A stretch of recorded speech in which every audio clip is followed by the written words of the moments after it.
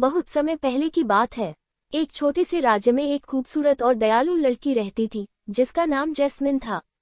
बचपन में ही उसकी माँ का निधन हो गया और उसके पिता ने दूसरी शादी कर ली। उसकी नई सौतेली माँ बहुत कठोर और स्वार्थी थी। उसकी एक सौतेली बहनें भी थी जो हमेशा जैस्मिन के साथ दुर्व्यवहार करती। घर का सारा काम उसे करना पड़ता था, सफाई, खाना बनाना और पानी भरना।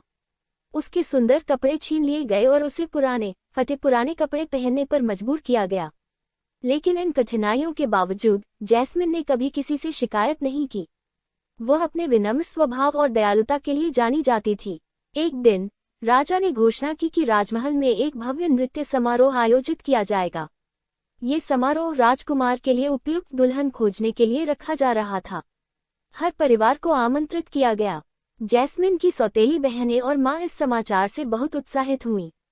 जैस्मिन खुश होकर माँ से बोली, क्या मैं भी नृत्य समारोह में जा सकती हूँ? सौतेली माँ हंसते हुए, तुम वहाँ क्या करोगी? तुम्हारे पास अच्छे कपड़े तक नहीं हैं। जैस्मिन का दिल टूट गया, लेकिन उसने हार नहीं मानी। जिस रात नृत्य होने वाली थी, जैस्मिन अकेले बैठी रो रही थी। तभी एक तेज रोशनी चमकी और उसकी परी गौडमदर वहां प्रकट हुई। परी गौडमदर, डरो मत प्यारी बच्ची, मैं तुम्हारी मदद करने आई हूँ। परी ने अपनी जादुई छड़ी घुमाई। जैस्मिन के पुराने कपड़े एक खूबसूरत गाउन और चमचमाते जूतों में बदल गए। लेकिन परी ने उसे चेतावनी दी, जैस्मिन याद रखना, ये जादू केवल आधी रात तक चलेगा। 12 बजने से पहले तुम्हें लौटना होगा। जैस्मिन महल पहुंची और जैसे ही उसने प्रवेश किया, सभी लोग उसकी सुंदरता से चकित रह गए। राजकुमार ने जैसे ही उसे देखा, वह उसकी तरफ खींचा चला आया। राजकुमार, क्या मैं तुम्हारे साथ नृत्य कर सकता हूँ? दोनों ने रात भर नृत्य किया और एक दूसरे से बातें की। लेकिन जैस्मिन को 12 बजे से पहले महल छोड़ना था। घड़ी की घंटियां बजने लगी। जैस्मिन, राजकुमार से मुझे जाना होगा। वह भागते भागते महल की सीढ़ियों से नीचे उतरी और जल्दबाजी में उसका एक कांच का जूता वहीं गिर गया। अगले दिन राजकुमार ने पूरे राज्य में घोषणा की कि वह उस लड़की को ढूंढेगा जिसका कांच का जूता था। उसने अपने सेवकों को हर घर भेजा ताकि हर लड़की से वह जूता पहनवाया जा सके।